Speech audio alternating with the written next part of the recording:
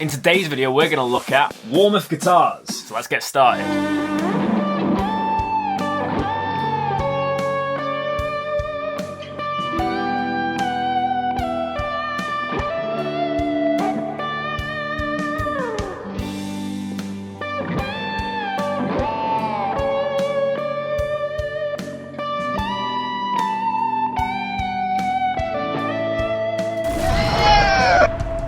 Hey guys, welcome back to Squealing Pig Guitars, the home of luxury shred machines here in Nottingham, England. My name is Ben Keightley, and today we're going to be delving into the world of Partscasters, and more notably the company Warmoth. If you didn't know already, Warmoth have been the American standard for providing replacement body and necks that have been licensed by Fender, meaning that they're the exact shape of the Telecaster, the Stratocaster, allowing customers to personalise, customise and improve their instruments. The build that we have today was assembled in the UK, but it's a Partscaster with parts from Warmoth. So you can see there we've got the Warmoth logo there with a little turtle dude. So this neck is a replacement part, the body is a replacement part, whereas the hardware and pickups are from Fender. As you can see, you can get crazy finishes like this that you wouldn't get on a normal American standard Strat. And it's definitely a more affordable way of getting that custom shop build that you so badly want. But is it really cost effective? After all the work that you'll have to do to the instrument, obviously the man hours put into building the guitar, the fret work, is it worth it or not? In today's video, we're going to answer that question. So let's take a closer look at this Warmoth build.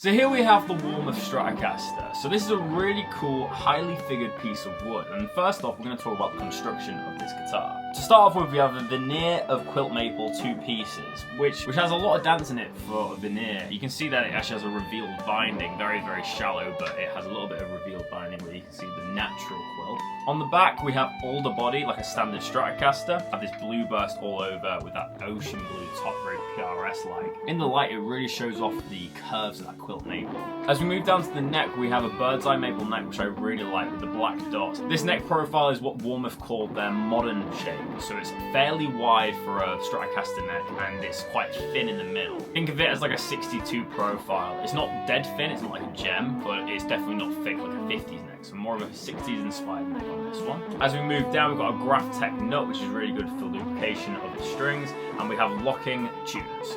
Obviously got the Warmoth logo there, which is really nice, and we have 4-bolt construction on the back. In terms of pickups, it's quite a weird one what the customer has gone for. We have 2 noiseless Fender pickups, and then we have a mini Seymour Duncan humbucker in the middle. 5-way switch and a 1 volume. The volume has the word tone written on it. I'm sure that's probably a kind of tribute to Eddie Van Halen. Obviously his guitar had tone on it and not volume. But yeah, for me anyways, I find that I really miss the tone knob on the Stratocasters. I feel like, especially on the bridge position, you need to be able to roll off that tone. So for me, I definitely put a tone control in here.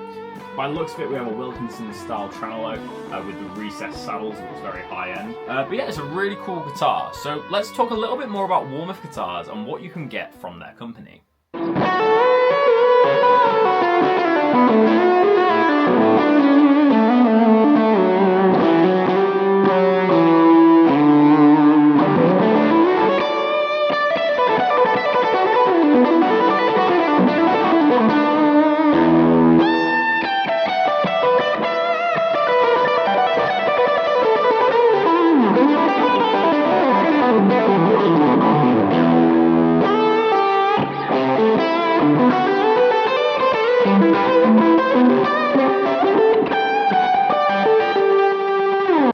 So guys, I've just come onto the Warmoth Guitars website, and as you can see here, there's so many different advertisements for the different bodies that they have in stock. So first we're going to have a look at the guitar bodies. As I mentioned previously, they do a wide range of Fender licensed products as well as their own V's and everything. As you can see here, we've got some cool Stratocaster bodies, got some hybrid Strats. You've got like obviously a Tele guard, Tele pickup configuration but with a Strat body. As we work our way down, you can see some really cool designs like a fin line. You really can pick anything from this. What I love about Warmoth is that you're able to design exactly what you want for a body or a neck. You can pick any spec, any material, construction method, finish, whether it has binding or not. It's totally up to you, which I think is awesome, especially for a Partscaster build, because you can really build something very unique. Of course, because it's a custom-made body or neck and it's built to order, it will be more expensive as a result, but it's still cheaper than a new guitar if you put it into consideration, so it is a viable option. In terms of replacement necks, of course, you can pick from any profile, radius, material. One feature I really like about the Warmoth necks is the roasted ones that they do. Also, their truss rod adjustment is on the side of the neck, which I think is a really kind of worthwhile spec, as it's easier to adjust your truss rod. Really recommend taking a look at the Warmoth website if you're looking to make your dream Partscaster. Okay, so now we're going to hear all the tones that this Warmoth guitar is capable of making. We're going to start off with a pickup test just to hear the raw tones from this guitar.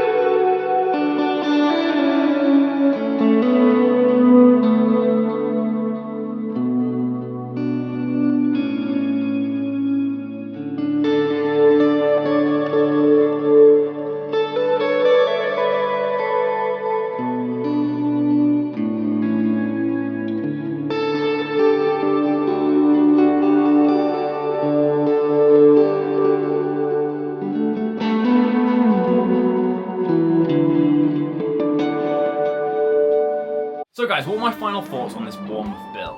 So, in terms of cost, this is a very efficient way to get a custom shop instrument for a fraction of the price.